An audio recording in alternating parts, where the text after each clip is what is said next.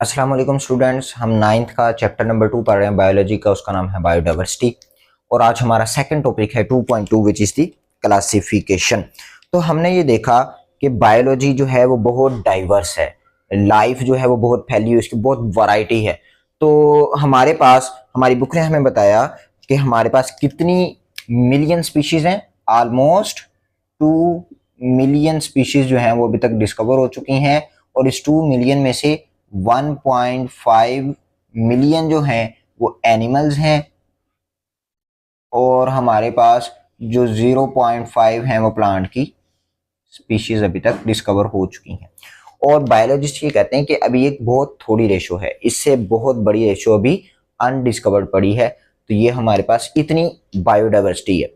तो हमने बात की कि बायो इतनी अगर डाइवर्स है, इतनी वैरायटी है बायोलॉजी की, तो हम उसको ये एक एक एनिमल को 1.5 मिलियन एनिमल्स को एक एक करके स्टडी नहीं कर सकते, फिर हम इसकी क्लासिफिकेशन करते हैं। तो what is the classification? Classification is the grouping, it is the study या मेथड कह लें इसको, जिसमें हम क्या करते हैं, ऑर्गेनिजम्स डिवाइडेड इनटू ग्रुप्स, हम ग्रुप्स बनाते हैं और फिर उनके सब ग्रुप्स भी बनाते हैं, मजीद उनको डिवाइड करते हैं। बेस क्या है? ऑन द बेस ऑफ दो वजह हैं, सिमिलैरिटीज और डिसिमिलैरिटीज।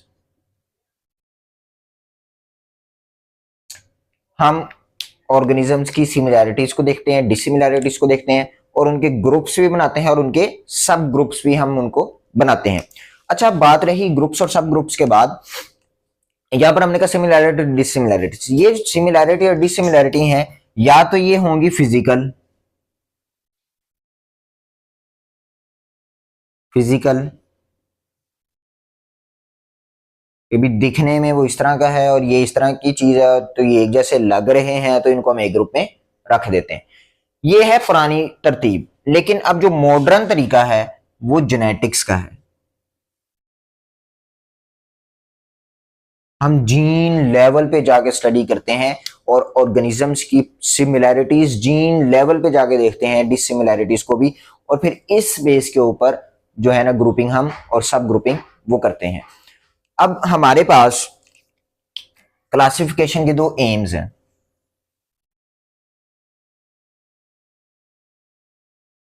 हमारा पहला जो एम है वो ये है कि हम इनकी क्लासिफिकेशन कर दें ताकि हमें ऑब्जर्व करने में, स्टडी करने में और रिसर्च करने में आसानी रहे। तो हमारा जो पहला एम हुआ, फॉर इजी स्टडी, और जो असल हमने बात यहां पे की थी, to find similarities and dissimilarities. जब हमने ग्रुप बना लेंगे और हमें पता होगा कि भाई एनिमल में और प्लांट में ये सिमिलैरिटीज हैं और ये डिसिमिलैरिटीज हैं, तो हमें ये पता होगा, हमारी स्टडी इजी हो जाएगी। तो ये हमारा पहला एम है फॉर क्लासिफिकेशन। हमारा जो सेकंड एम है वो है कि हम एवोल्यूशनरी हिस्ट्री जो है ऑर्गेनिजम्स की वो फाइंड आउट कर सकते हैं। अच्छा, ये जो एवोल्यूशनरी हिस्ट्री है ना, ये हम फाइंड आउट करेंगे उसकी जेनेटिक लेवल पे जाके, ये वाला।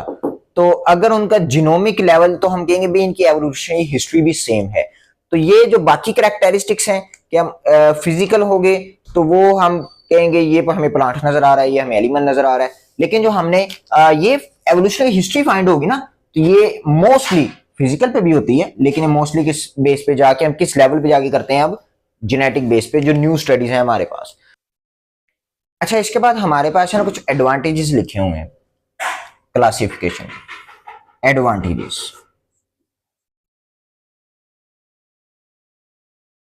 एडवांटेजेस के अंदर हमारे पास जो पहला एडवांटेज है वो ये है कि हमारे पास जो बायोलॉजिस्ट हैं वो जो सिमिलर ऑर्गेनिजम्स हैं, सिमिलर ऑर्गेनिजम्स, उनको एक ग्रुप के अंदर रख रहे हैं। Make group of similar organisms.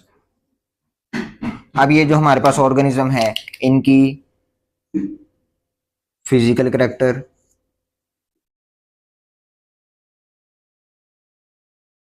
इनका जेनेटिक, इनकी एवोल्यूशनरी हिस्ट्री,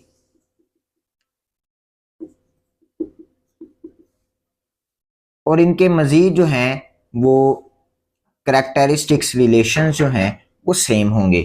क्योंकि हमने अब ये एडवांटेज इसका क्या है कि हमने देखा कि हमने सेम टाइप ऑफ ऑर्गेनिजम्स का एक ग्रुप बनाया, उनकी सिमिलैरिटीज फिजिकल भी सेम है, जेनेटिक भी सेम है, उनकी ऑलमोस्ट एवोल्यूशनरी हिस्ट्री भी सेम है, तो हमें आइडेंटिफाई करना आसान होगा, हम फाइंड आउट चीजें जल्दी कर लेंगे, हमें चीजों को उस तरह से ढूंढना नहीं पड़ेगा।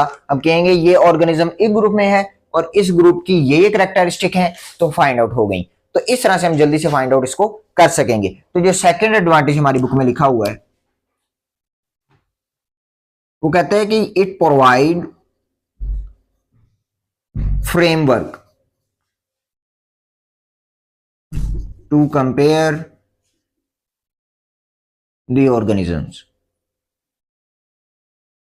कहते हैं हमने अगर ऑर्गेनिजम्स को कंपेयर करना हो तो ये हमें फ्रेमवर्क प्रोवाइड करता है, ये हमें एक पूरा सांचा देता है, हमें एक पूरा स्केच देता है कि भाई ये स्केच है, ये इसका स्केच है, ये इसके कैरेक्टरिस्टिक्स हैं, और ये इस ग्रुप का स्केच और कैरेक्टरिस्टिक्स हैं, इनका कंपैरिजन आप देखें, इनको कंपेयर करें, इनकी सिमिलैरिटीज और डिसिमिलैरिटीज देखें। तो ये सेकंड एडवांटेज है किसका, हमारा क्लासिफिकेशन का। हमारा थर्ड जो एडवांटेज है वो है एक्सप्लेन इंटर रिलेशंस। मुख्तलिफ ऑर्गेनिजम्स का जो इंटर रिलेशन है हम उसको भी फाइंड आउट कर सकते हैं।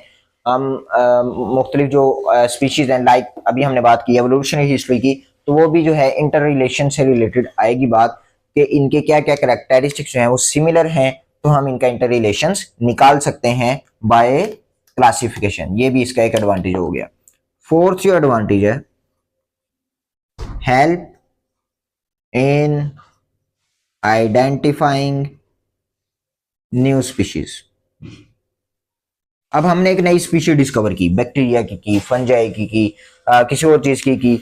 हमें पता है कि भाई बैक्टीरिया के ये कैरेक्टरिस्टिक होते हैं, फंजाई के ये कैरेक्टरिस्टिक होते हैं। हमने किंगडम फंजाई को पढ़ा है, हमने किंगडम मोनेरा को पढ़ा है, तो उसके ये कैरेक्टरिस्टिक थे। और जब हमने न्यू ऑर्गेनिज्म डिस्कवर किया, इसके कैरेक्टरिस्टिक सारे के सारे किंगडम मोनेरा के साथ मैच कर रहे हैं और बैक्टीरिया के साथ मैच कर रहे हैं या आर्किया के साथ मैच कर रहे हैं, तो हमें क्लासिफिकेशन में पता चल रहा है। तो हम क्या करेंगे, हम इसको उठाएंगे और जो है ना उस ग्रुप के अंदर रख देंगे और हम कहेंगे कि हमने फाइंड आउट कर लिया, इजीली आइडेंटिफाई कर लिया उस स्पीशी को, क्योंकि हमने क्या की हुई है, हमने क्लासिफिकेशन की हुई है।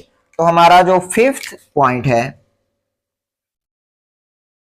वो ये कहते हैं कि ओवरऑल जो वर्ल्ड के अंदर हैं बायोलॉजिस्ट, क्लासिफिकेशन उनको एक कॉमन लैंग्वेज देती है, उनको एक तरीका बताती है, वो एक ही आइडियल वे होता है कि भाई ये जो बैक्टीरिया हैं वो किंगडम मोनेरा के अंदर ही होंगे, उनकी ये कैरेक्टरिस्टिक होगी। ऐसा नहीं होगा कि पाकिस्तान में ये होंगे, इंडिया में ये होंगे और फलां जगह पे होंगे, नहीं, दिस इज कॉमन लैंग्वेज है भाई। तो बायोलॉजिस्ट के लिए ये इफेक्टिव वे होगी। कौन सी वे होगी, इफेक्टिव वे है कि भाई अगर कहीं पर कोई डिस्कवरी हुई है, ऑस्ट्रेलिया में हुई है, अमेरिका में हुई है, या इंडिया में हुई है, या पाकिस्तान में हुई है, तो कॉमन लैंग्वेज है, इफेक्टिव वे है।